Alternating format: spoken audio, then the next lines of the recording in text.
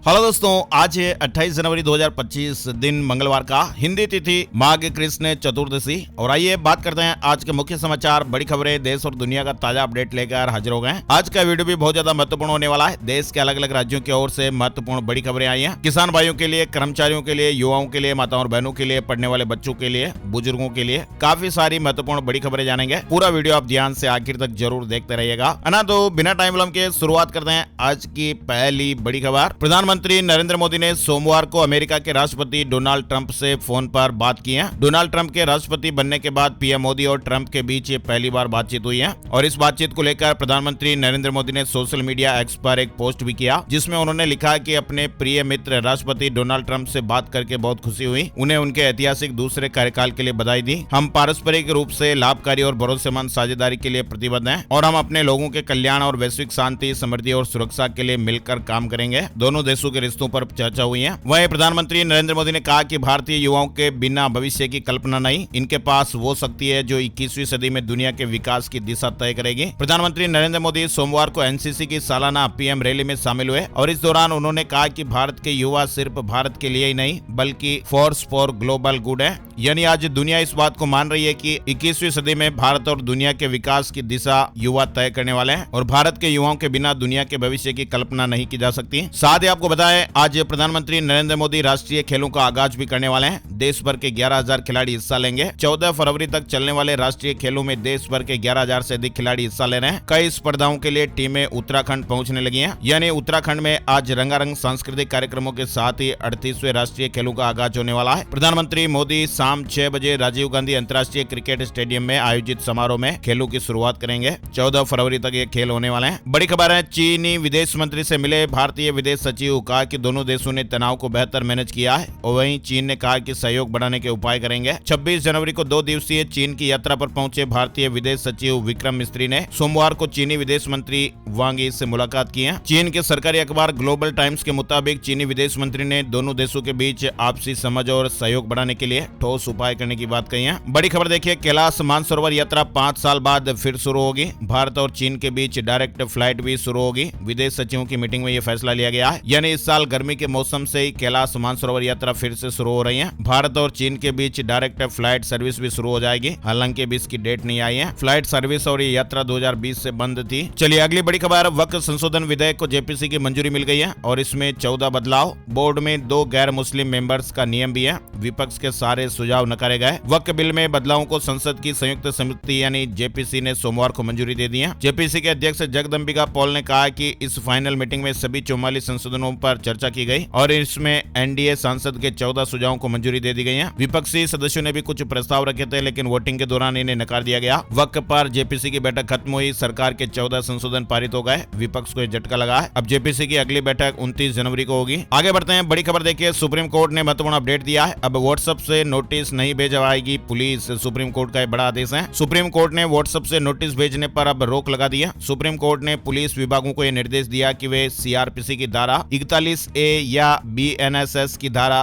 35 के तहत आरोपी को नोटिस देने के लिए व्हाट्सएप या किसी और इलेक्ट्रॉनिक मोड का उपयोग न करें। कोर्ट ने स्पष्ट किया कि यह नोटिस केवल वैधानिक और मान्यता प्राप्त तरीकों से ही जारी किए जाने चाहिए। सीआरपीसी की धारा 41A या फिर बीएनएसएस की धारा 35 के तहत नोटिस भेजने के लिए व्हाट्सएप या किसी और इलेक्ट्रॉनिक मोड का उपयोग नहीं किया जा सकेगा। आपको बताएं, धारा 41A सीआरपीसी और धारा 35 बीएनएसएस में यह प्रावधान होता है कि जिन आरोपियों की तत्काल गिरफ्तारी आवश्यक नहीं होती है, उन्हें पुलिस के समक्ष या किसी निर्दिष्ट स्थान पर उपस्थित होने के लिए नोटिस जारी किया जा सकता है। और सुप्रीम कोर्ट ने इन्हीं मामलों को लेकर यह स्पष्ट किया कि नोटिस केवल वैधानिक और मान्यता प्राप्त तरीकों से ही जारी किए जाने चाहिए। व्हाट्सएप कोई वैकल्पिक तरीका नहीं है। चलिए बड़ी खबर ऐतिहासिक उत्तराखंड से आ रही है। उत्तराखंड यूसीसी लागू करने वाला पहला राज्य बन गया है। उत्तराखंड में यूनिफॉर्म सिविल कोड यूसीसी लागू हो गया है। मुख्यमंत्री आवास में सीएम पुष्कर सिंह धामी ने इसका ऐलान किया। सीएम धामी ने कहा कि हमने 3 साल पहले जनता से किए गए वादे को पूरा किया। यूसीसी किसी धर्म या वर्ग के खिलाफ नहीं है और इसका उद्देश्य किसी को टारगेट करना नहीं है। सभी को समान अधिकार देना है। 27 जनवरी का दिन समान नागरिकता दिवस के रूप में मनाया जाएगा। सीएम धामी ने कहा कि यूसीसी लागू होने से हलाला, बहुविवाह, 3 तलाक पर पूरी तरह रोक लगेगी। और इस दौरान सीएम धामी ने समान नागरिक संहिता उत्तराखंड 2024 को लागू किए जाने पर नियमावली और पोर्टल का भी लोकार्पण कर दिया है। ये पोर्टल आम जनता के लिए खोल दिया दिया गया है। ucc.uk.gov.in पर लॉगिन कर सकते हैं। यानी उत्तराखंड में अब ये कानून आने के बाद अब राज्य में हलाला और बहुविवाह पर पूरी तरह से रोक लगा दी गई है। वहीं शादी या तलाक का रजिस्ट्रेशन करवाना भी अनिवार्य कर दिया गया है। लिव इन में रहने के लिए माता पिता की सहमति एवं रजिस्ट्रेशन भी अनिवार्य होगा। यूसीसी लागू होने के बाद अब उत्तराखंड राज्य में चाहे वो बेटा हो या बेटी, माता पिता की संपत्ति में बराबर के हकदार होंगे और इसमें अगर कोई बच्चा लिव इन रिलेशनशिप से भी पैदा होता है तो वो भी संपत्ति में बराबर का हिस्सेदार होगा। लिव इन रिलेशनशिप के लिए भी रजिस्ट्रेशन अनिवार्य होगा। रिलेशनशिप तोड़ने पर महिला गुजारा भत्ते की मांग कर सकेगी। किसी भी धर्म को मानने वाले अपनी लड़की की शादी 18 वर्ष से पहले और लड़के की शादी 21 साल से पहले नहीं कर सकते हैं। नियमों का उल्लंघन करने पर उनके खिलाफ कार्रवाई की जाएगी। संपत्ति में माता पिता, पत्नी और बच्चों को समान अधिकार मिलेंगे। वहीं संविधान में जनजातियों को विशेष प्रावधान दिए गए जिनके आधार पर उन्हें यूसीसी के दायरे से बाहर रखा गया है। वहीं उत्तराखंड से जुड़ा एक और अपडेट देखिए। यूसीसी लागू करने के फैसले को कोर्ट में चुनौती देगी जमीयत। मंदी ने कहा कि शरीयत के खिलाफ कोई भी कानून मंजूर नहीं। उत्तराखंड में सोमवार 27 जनवरी से समान नागरिक संहिता लागू होने पर जमीयत उलेमा हिंद ने नाराजगी जाहिर की है। उनका कहना है कि हमें कोई ऐसा कानून स्वीकार्य नहीं है जो शरीयत के खिलाफ हो। उन्होंने कहा कि सरकार के इस फैसले को नैनीताल हाई कोर्ट और सुप्रीम कोर्ट दोनों में चैलेंज किया जाएगा। बड़ी खबर है, इंडोनेशियाई राष्ट्रपति ने कहा कि मेरा डीएनए भारत का, भारतीय संगीत सुनकर नाचने लगता हूं। हमारी भाषा का बड़ा हिस्सा संस्कृत से आया है। दिल्ली आईएएस कोचिंग हादसे से जुड़ा अपडेट आ रहा है। बेसमेंट के 4 मालिकों को जमानत मिल गई है। हाईकोर्ट ने कहा कि बारिश के पानी में 3 छात्रों के डूबने में इनका कोई रोल नहीं। आपको मालूम होगा, दिल्ली के ओल्ड राजेंद्र नगर में 27 जुलाई की रात राव आईएएस कोचिंग सेंटर के बेसमेंट में पानी भर जाने से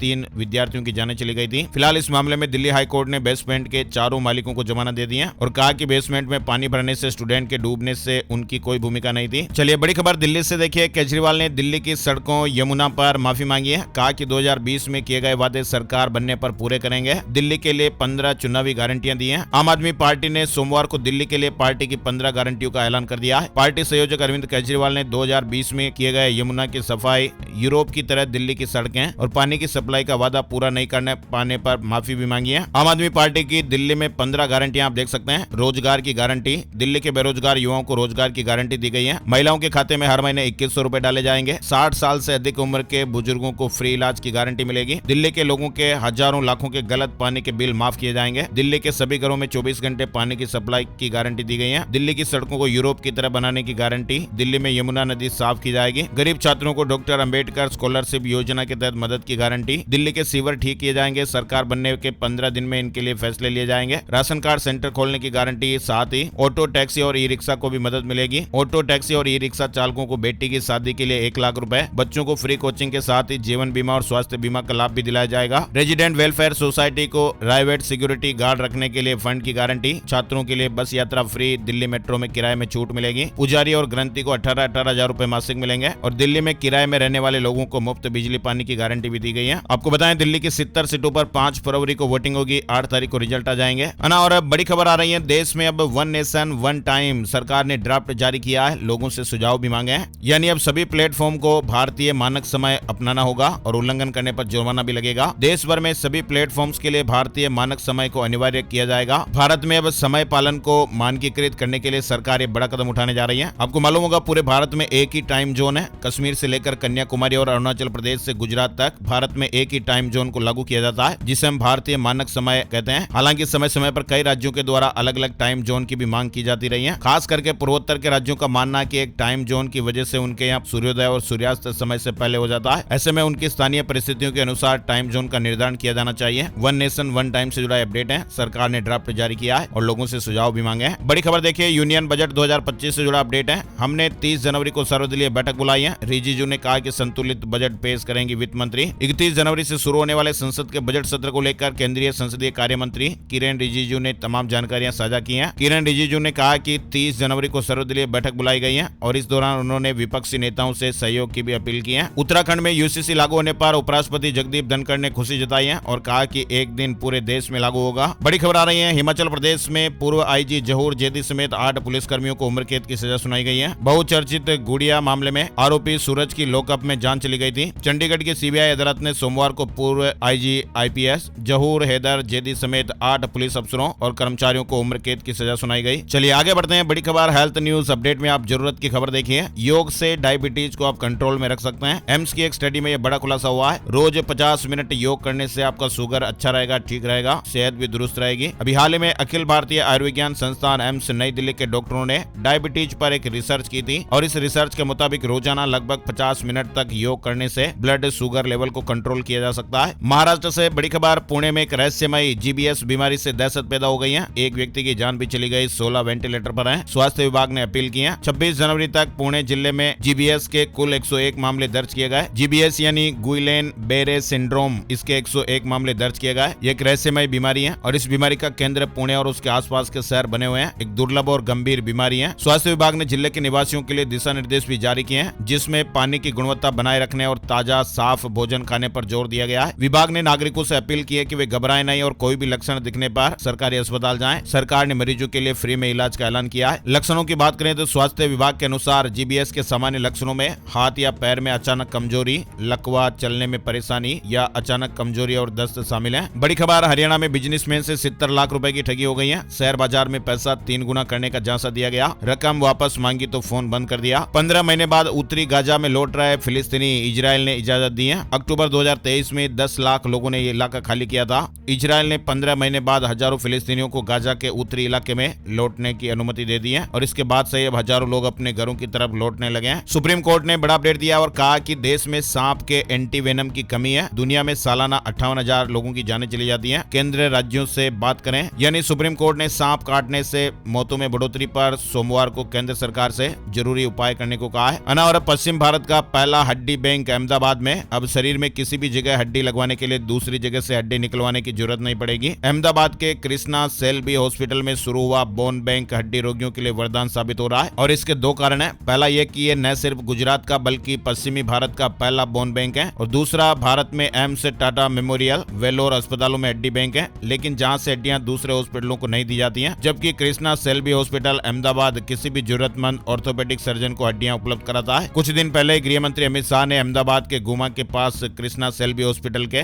बोन बैंक का उद्घाटन किया था। हरियाणा सरकार को आईएमए की चेतावनी, 3 फरवरी से 600 प्राइवेट अस्पताल बंद करेंगे आयुष्मान कार्ड सेवा। 400 करोड़ बकाया नहीं देने से नाराजगी है। खबर है कि हरियाणा के 600 प्राइवेट हॉस्पिटल 3 फरवरी के बाद आयुष्मान भारत योजना के तहत इलाज और ऑपरेशन बंद कर सकते हैं। इंडियन मेडिकल एसोसिएशन आईएमए की हरियाणा चैप्टर ने घोषणा की है। अवैध अप्रवासियों को ढूंढने के लिए गुरुद्वारे पहुंची अमेरिकी पुलिस। सिख संगठनों ने विरोध जताया। एक दिन में 956 अवैध अप्रवासी गिरफ्तार किए गए। अमेरिका में डोनाल्ड ट्रंप के शपथ ग्रहण के बाद से बड़े पैमाने पर अवैध अप्रवासियों के खिलाफ कार्रवाई की जा रही है और इसी दौरान अमेरिकी सुरक्षा विभाग ने सोमवार को न्यूयॉर्क और न्यू जर्सी के कई गुरुद्वारों की जांच की। सिख संगठनों ने गुरुद्वारों में घुसकर जांच करने पर विरोध भी जताया है। गुजरात बॉर्डर के गाँव में हिंदू आबादी घट रही है। स्थानीय लोग कह रहे हैं कि रोजगार और सुविधाएं ही नहीं। सरकार ने सेबी चीफ के लिए आवेदन मांगे हैं। मौजूदा सेबी प्रमुख माधवी बुच 28 फरवरी को रिटायर हो रही है और ऐसे में वित्त मंत्रालय ने नए चेयरमैन की नियुक्ति के लिए एप्लीकेशन मांगे हैं। बड़ी खबर आ रही है, अमरनाथ यात्रा में इस बार श्रद्धालु बिना किसी भीड़ और धक्का मुक्की के बाबा बर्फानी के दर्शन कर पाएंगे। पहले जहां 50 से 60 श्रद्धालु ही कतार में खड़े होकर दर्शन कर पाते थे, बाकी श्रद्धालु बाबा बर्फानी की एक झलक पाने के लिए गुफा में आपस में जगड़ते थे। लेकिन अब श्राइन बोर्ड ने इस समस्या का समाधान निकाल लिया है। लुधियाना के आर्किटेक्ट नवल ने 5 लाइनों की स्ट्रक्चर तैयार किए हैं, यानी अब गुफा में 5 विशेष लाइनें बनाई गई हैं ताकि एक बार में 100 से ज्यादा श्रद्धालु आसानी से बाबा के दर्शन कर पाएंगे। वहीं देखिए, मोहन भागवत ने कहा कि बंधु भाव ही असली धर्म है। बाबा साहेब अम्बेडकर ने भी यही समझाया। आरएसएस चीफ की अपील है कि मतभेदों का सम्मान करें, सद्भाव से रहें। पंजाब में किसान करेंगे 3 महापंचायतें। आज से अखंड पाठ, डल्लेवाल के अनशन का 63वां दिन। स्वास्थ्य में भी सुधार देखा जा रहा है। पंजाब और हरियाणा के खनौरी बॉर्डर पर फसलों की एमएसपी समेत 13 मांगों को लेकर किसान नेता जगजीत सिंह डल्लेवाल का चल रहा अनशन सोमवार को 63वें दिन में दाखिल हुआ। अब उनकी हालत में सुधार भी हो रहा है। 13 फरवरी को किसान संघर्ष 2 को 1 साल पूरा होने वाला है और इसके उपलक्ष्य में भी अब किसानों ने 11 से लेकर 13 फरवरी तक 3 बड़ी महापंचायतें आयोजित करने का फैसला लिया है और इसमें हजारों की संख्या में लोग मोर्चे पर पहुंचेंगे। पहले चरण में 29 जनवरी को किसान अमृतसर से रवाना होंगे। 30 को वे शंभू बॉर्डर पहुंचेंगे। 11 फरवरी से महापंचायत की शुरुआत होगी। पंजाब में आम आदमी पार्टी की बड़ी जीत हुई है। अमृतसर में जतिंदर सिंह भाटिया मेयर बने हैं। अमृतसर मेयर चुनाव का सोमवार को रिजल्ट आया, जिसमें आम आदमी पार्टी की जीत हासिल हुई है।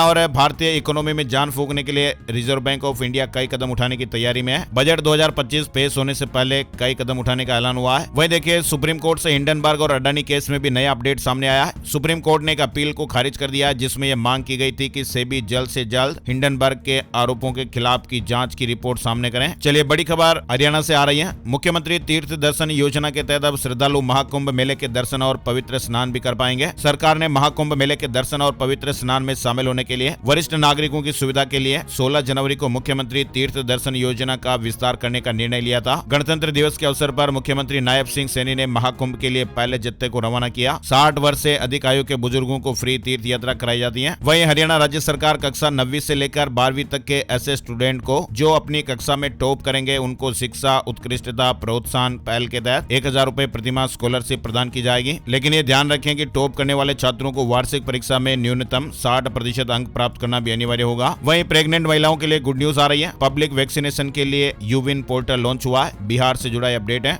बिहार में कोविड टीकाकरण के लिए शुरू किया गया यूविन पोर्टल अब सार्वजनिक टीकाकरण के लिए लॉन्च हो गया है और इस पोर्टल के माध्यम से गर्भवती महिलाएं और बच्चे 12 प्रकार के टीकों के लिए फ्री में रजिस्ट्रेशन करा सकते हैं। टीकाकरण का सर्टिफिकेट भी मिलेगा और यूविन पोर्टल पर टीकाकरण किए गए महिला और बच्चों का रिकॉर्ड भी सुरक्षित रहेगा। वहीं देखिए बिहार को लेकर अपडेट। छुट्टी को लेकर नीतीश सरकार का नया आदेश। अधिकारियों और कर्मचारियों को अब इतने दिन पहले देनी होगी जानकारी। बिहार सरकार के सामान्य प्रशासन विभाग ने सरकारी कार्यालयों में तैनात अधिकारियों और कर्मचारियों के लिए नए दिशा निर्देश जारी किए हैं। अब उन्हें मुख्यालय छोड़ने की तारीख से कम 7 दिन पहले अपने विभागाध्यक्ष को सूचना देनी होगी। बिहार में सब्जी की खेती करने वाले किसान भाइयों के लिए भी गुड न्यूज आ रही है। सब्जी विकास योजना के तहत सरकार किसानों को सब्जी की खेती के लिए आने वाले खर्च का 75% वहन करेगी। जेईई एडवांस से जुड़ी बड़ी खबर आ रही है। आईआईटी कानपुर ने विशेष दिशा निर्देश जारी किए हैं। 5 से 18 नवंबर तक विड्रॉ करने वाले अभ्यर्थी इसके लिए पात्र हैं, यानी इन अभ्यर्थियों को जेईई एडवांस में तीसरा मौका मिलेगा। तीसरे अटेम्प्ट के लिए आईआईटी कानपुर ने दिशा निर्देश जारी किए हैं। 5 से 18 नवंबर तक विड्रॉ करने वाले अभ्यर्थी जेईई एडवांस 3rd के अटेम्प्ट के पात्र हो जाएंगे। उत्तर प्रदेश में सभी प्राइमरी स्कूलों का सेफ्टी ऑडिट कराया जाएगा। क्लासरूम से लेकर खेल मैदान तक व्यवस्थाओं को देखा जाएगा। बिहार से एक और अपडेट देखिए। अब सरकार हर महीने करेगी टीबी मरीजों की पैसे से मदद। गोपालगंज से टीबी मरीजों के लिए अच्छी खबर है। अब उन्हें पोषक आहार और आर्थिक प्रोत्साहन के लिए हर महीने 500 रुपए मिलेंगे और ये राशि सीधे उनके बैंक खातों में डीबीटी के माध्यम से आएगी। इस योजना का लाभ लेने के लिए टीबी मरीजों को निक्साय पोर्टल पर रजिस्ट्रेशन कराना है। झारखंड से बड़ी खबर। एआई में एक्सपर्ट 11 करोड़ से ज्यादा की ठगी की गई। अब पुलिस के हत्थे चढ़ गए। पुलिस ने 11 करोड़ की ठगी करने वाले 6 साइबर ठगों को गिरफ्तार किया है और ये सभी ठग चैट जीपीटी और आर्टिफिशियल इंटेलिजेंस के विशेषज्ञ बताए जा रहे हैं। 4 धाम यात्रा से जुड़ा एक और अपडेट देखिए। प्रसिद्ध 4 धाम यात्रा का शुभारंभ इस बार 30 अप्रैल को होगा। धार्मिक परंपरा के अनुसार अक्षय तृतीया पर दिन गंगोत्री और यमुनोत्री धाम के कपाट खुलने से यात्रा का आगाज होता है। 2 फरवरी को बसंत पंचमी पर नरेंद्र राज दरबार में बद्रीनाथ और 26 फरवरी को महाशिवरात्रि पर पंचांग गणना से केदारनाथ धाम के कपाट खुलने की तिथि तय की जाएगी। वहीं देखिए जियो, एयरटेल, बीएसएनएल सभी कंपनियों ने अपने नए वॉइस कॉलिंग प्लान लॉन्च कर दिए हैं। अभी हाल ही में टेलीकॉम कंपनियों ने ये बड़ा अपडेट किया है। ट्राई के निर्देश थे, उसके अनुसार ये नए वॉइस कॉलिंग प्लान लॉन्च हुए हैं। वहीं देखिए राष्ट्रीय मिलिट्री स्कूल ने कॉमन एंट्रेंस टेस्ट का रिजल्ट जारी कर दिया है। जो भी छात्र इस प्रवेश परीक्षा में शामिल हुए थे वे अपने रिजल्ट देख सकते हैं। माता वैष्णो देवी के दर्शन की राह अब और भी आसान होगी। कटरा प्रमुख टूरिज्म हब बनने वाला है।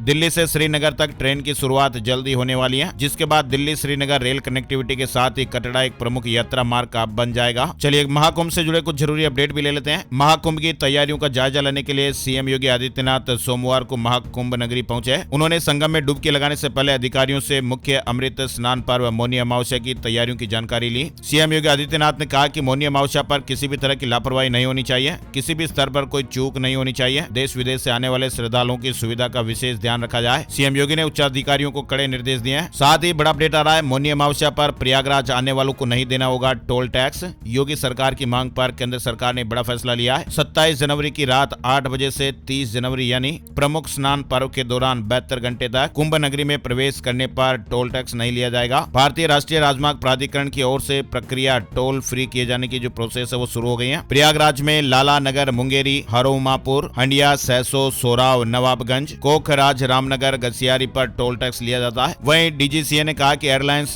प्रयागराज की फ्लाइट बढ़ाएं, किराया भी उचित रहना चाहिए। महाकुंभ के चलते 5 गुना तक टिकटों के दाम बढ़ चुके हैं। वहीं महाकुंभ जाने वाले यात्रियों के लिए एक और गुड न्यूज है। जयपुर से प्रयागराज के लिए अब नई फ्लाइट शुरू होने वाली है और ये हर दिन संचालित होगी। यात्रियों को विकल्प मिलेगा। स्पाइस जेट एयरलाइंस ने जयपुर से प्रयागराज के लिए नई डेली फ्लाइट शुरू करने का फैसला लिया है। 11 फरवरी से 28 फरवरी तक ये संचालित होगी। वहीं देखिए अंतरिक्ष से महाकुंभ का नजारा किस तरह से दिख रहा है। नासा के एस्ट्रोनॉट ने ये तस्वीरें शेयर की हैं। धरती पर सिर्फ महाकुंभ जगमग दिखाई दे रहा है। अंतरिक्ष से महाकुंभ संगम का ये विहंगम नजारा आप भी देखिए। गृह मंत्री अमित शाह भी परिवार के साथ महाकुंभ पहुंचे। संगम में डुबकी के बाद पूजा अर्चना की। सीएम योगी भी मौजूद रहे। केंद्रीय गृह मंत्री अमित शाह सोमवार को प्रयागराज पहुंचे थे और यहाँ उन्होंने त्रिवेणी संगम में पवित्र डुबकी लगाई। वहीं महाकुंभ में सोमवार को हुई धर्म संसद में पीएम से सनातन बोर्ड बनाने की मांग की गई। 13 अखाड़े और सभी 4 शंकराचार्य इसमें शामिल नहीं हुए। धर्म संसद से जगत गुरु विद्या भास्कर ने पीएम मोदी से संसद में वर्शिप एक्ट को खत्म करने की मांग की। उन्होंने कहा कि हम इस संबंध में सरकार को मांग पत्र भी भेज रहे हैं। वहीं आपको बताएं, महाकुंभ में सोमवार को बहुत ज्यादा भीड़ रही, इसलिए पाटून पुल नंबर 15 बंद कर दिया गया था। वहीं इसको लेकर लोगों ने सेक्टर 20 में कुछ प्रदर्शन भी किया। कुछ लोगों की पुलिस से बहस भी हो गई और इसके बाद श्रद्धालुओं ने एक बैरिकेडिंग भी तोड़ दी और मेले के अंदर चले गए। दरअसल हो क्या रहा कि 29 जनवरी को मौनी अमावस्या का स्नान पर्व है और इस पर्व पर संगम में डुबकी लगाने के लिए श्रद्धालु बड़ी संख्या में पहुंचने लगे हैं और ऐसे में श्रद्धालुओं की संख्या लगातार बढ़ रही है। अयोध्या सिटी में भी आबादी से 30 गुना ज्यादा श्रद्धालुओं की संख्या दिखाई दी। 30 घंटे में 25 लाख श्रद्धालुओं ने दर्शन किए। स्कूल 9 दिन के लिए बंद कर दिए गए। डीएम चंद्र विजय ने 28 जनवरी से लेकर 5 फरवरी 12वीं तक के स्कूल बंद कर दिए गए। अयोध्या धाम, अयोध्या नगर निगम और ब्लॉक पूरा नगर निगम के सभी बोर्ड के स्कूल बंद रहेंगे। मौनी अमावस्या 29 जनवरी को है और मौन रहकर भक्ति करने का एक पर्व है मौनी अमावस्या। और मौनी अमावस्या के दिन किए गए पूजा पाठ, नदी स्नान और दान पुण्य से अक्षय पुण्य मिलता है। वहीं आप हेलीकॉप्टर से खींची गई ये तस्वीरें भी देख सकते हैं। 40 किलोमीटर में महाकुंभ मेला, संगम से डोम सिटी तक का नजारा। प्रयागराज महाकुंभ दुनिया में श्रद्धालुओं के सबसे बड़े जमावड़े का साक्षी बन रहा है। सफेद रेत, रंग बिरंगे पंडाल, नदी में नौकाएं, नजारा ऐसा है कि जैसे किसी ने सफेद कैनवास पर सतरंगी चित्रकारी कर दी हो। मौनी अमावस्या पर 8 से 10 करोड़ श्रद्धालुओं के स्नान करने की संभावना है। और तो और जो विदेशी आ रहे हैं वो भी महाकुंभ को ऐतिहासिक बता रहे हैं, कह रहे हैं कि कुंभ का आयोजन अपने आप में ऐतिहासिक है। चलिए बड़ी खबर, Bumrah ICC test player of the year बने। वहीं हरियाणा का अभय आईआईटी बाबा के टैक्स से परेशान, फूट फूट कर रोते हुए उन्होंने कहा कि मेरे कैरेक्टर को गाली दी जा रही, मुझे पॉपुलैरिटी नहीं चाहिए। हरियाणा के झज्जर के रहने वाले अभय सिंह प्रयागराज महाकुंभ में मिले आईआईटी बाबा के टैक्स से परेशान बताया जा रहा है। अभय सिंह ने कहा कि मुझे पॉपुलैरिटी नहीं चाहिए, मेरे कैरेक्टर को गाली दी जा रही है। यही सब छोड़कर मैं घर से आया था और उसी से अब जोड़ दिया गया है। कनाडा के बाद मेरी अलग जर्नी शुरू हो गई, मैंने खुद को महादेव को समर्पित कर दिया है। वही देखिए, महाकुंभ में विदेशी युवती ने 7 फेरे लिए, दिल्ली के योग गुरु के साथ शादी रचाई, साधु संत बाराती बने, महामंडलेश्वर ने कन्यादान किया। बागेश्वर धाम के पीठाधीश्वर पंडित धीरेन्द्र कृष्ण शास्त्री महाकुंभ में श्री हनुमंत कथा कर रहे हैं और ये कथा 29 जनवरी तक चल रही है। इसके बाद 30 जनवरी को वे विशाल संत समागम करेंगे और इसमें इस बात पर बातचीत होगी कि भारत को हिंदू राष्ट्र बनाने के लिए क्या तैयारी करनी है। 25 जनवरी को महाकुंभ में हिस्सा लेने के लिए पंडित धीरेन्द्र शास्त्री प्रयागराज पहुंचे। उन्होंने कहा कि हम हिंदू जगाओ, हिंदुस्तान बचाओ के लिए आए हैं। वहीं आगरा से महाकुंभ जा रही एक बस हाई टेंशन लाइन से टकरा गई। बस में 40 लोग बताए जा रहे थे। कुछ लोगों को करंट के झटके भी लग गए। 4 की हालत नाजुक बताई जा रही है। वहीं हिमाचल प्रदेश से प्रयागराज जा रही एक बस क्रेन से टकरा गई। 25 श्रद्धालु घायल होने की खबर है। कौशाम्बी फतेहपुर बॉर्डर पर कनवार के पास नेशनल हाईवे पर सोमवार शाम हिमाचल प्रदेश से प्रयागराज महाकुंभ जा रही श्रद्धालुओं की मिनी बस हाइड्रा से भिड़ गई थी। 25 श्रद्धालु इसमें घायल हो गए। एक महिला की हालत गंभीर बताई जा रही है। चलिए आगे बढ़ते हैं। बड़ी खबर आ रही है राजस्थान के कोटा से। हॉकी खेलने गए कोचिंग टीचर की हार्ट अटैक से जान चली गई। ग्राउंड पर सीने में दर्द उठा तो हॉस्पिटल ले गए। 1 साल पहले ही शादी हुई थी। कोटा में हॉकी खेलने गए इन 28 साल के टीचर की हार्ट अटैक से जान चली गई। छत्तीसगढ़ से बड़ी खबर देखिए, किसानों को मिलेंगे 800 रुपए। चुनाव के बीच करोड़ों रुपए जारी करेगी सरकार। डिप्टी सीएम ने कहा कि 15 फरवरी तक खातों में रकम आ जाएगी। छत्तीसगढ़ में विष्णुदेव सरकार ने कैबिनेट निर्णय लिया कि फरवरी के पहले पखवाड़े के भीतर सभी किसानों को उनकी उपज के भुगतान की अंतरराशि का एक मुश्त भुगतान हो जाएगा। मध्य प्रदेश में टीचर्स की 10,758 वैकेंसी,